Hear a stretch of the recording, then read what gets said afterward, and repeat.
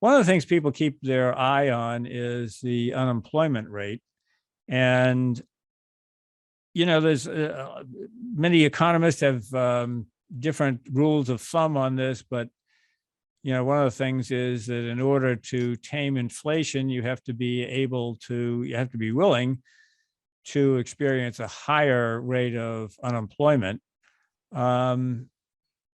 The projections by the Federal Reserve and the CBO and some others are not showing a big increase in the unemployment rate, even as they show inflation slowing substantially from its current pace next year. And I'm wondering if that's a realistic scenario, and whether we might have to see more unemployment than the official projections indicate.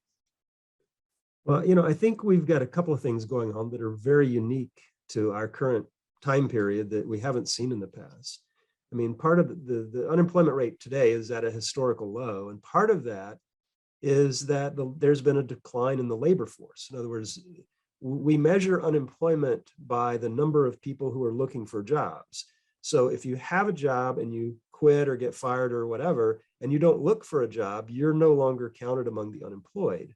And so there's a bit of a disconnect if you focus solely on the unemployment rate and you don't look at the labor force participation. There's how many people are looking for jobs, as well as how many people can't find one. And so there's a little bit of a disconnect there. But I think the thing that's interesting, I mean, historically, you fight inflation by raising interest rates, and that causes a recession, and you end up getting an increase in unemployment.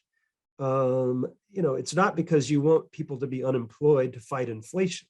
I mean, remember, inflation is a function of money and goods.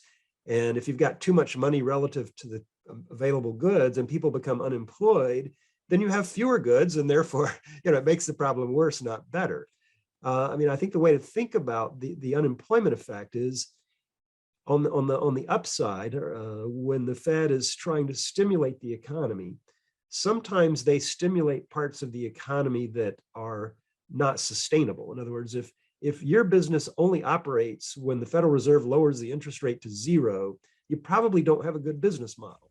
And so when the Fed raises the interest rate, your business goes out of business. And so I think part of the unemployment effect is not that you're reducing unemployment, or I'm sorry, that you're reducing employment or increasing unemployment to fight inflation. What you're trying to do is get the economy back into balance. In other words, if the Fed's sustained low interest rate policy caused dislocations in the economy, meaning that certain industries grew more than they should have, then what you have to do is you have to get the workers in that industry to move to some other industry that is sustainable at a normal, regular interest rate. And so this unemployment effect you see is both labor force participation, and it's a reallocation due to the previous period of low interest rates. What's even different this time, of course, is because of COVID. There's been a huge movement to people working from home.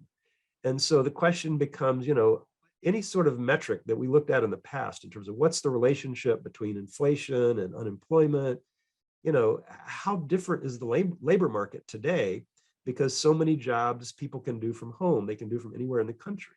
And so the question is, does that make the labor market more efficient and more nimble, the ability to supply workers to where they're needed, because they don't physically have to pack up their house and move to some other state. They can just connect up to the internet and they can do a job in the next state over.